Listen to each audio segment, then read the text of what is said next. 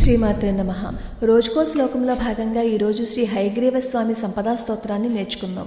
ఈ స్తోత్రాన్ని నిత్యం ఎవరైతే పఠిస్తూ ఉంటారో వాళ్ళ పిల్లల చేత కూడా ఈ స్తోత్రాన్ని పారాయణం చేయిస్తూ ఉంటారో వాళ్ళ ఇంట్లో సంపదకి లోటు ఉండదు.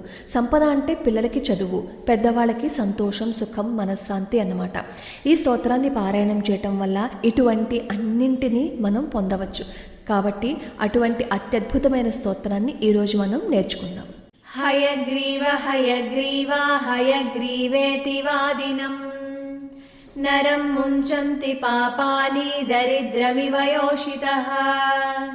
హయగ్రీవ హయగ్రీవ హయగ్రీవేతి యో వదేత్ తస్య నిస్సరతే వాణి జహ్ను కన్యా ప్రవాహవత్.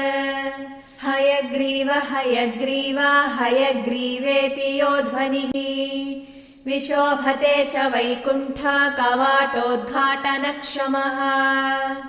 శ్లోకత్రయమిదం పుణ్యం హయగ్రీవ పదాంకితం వాదిరాజయతి ప్రోక్తం పఠతాం సంపదాం పదం.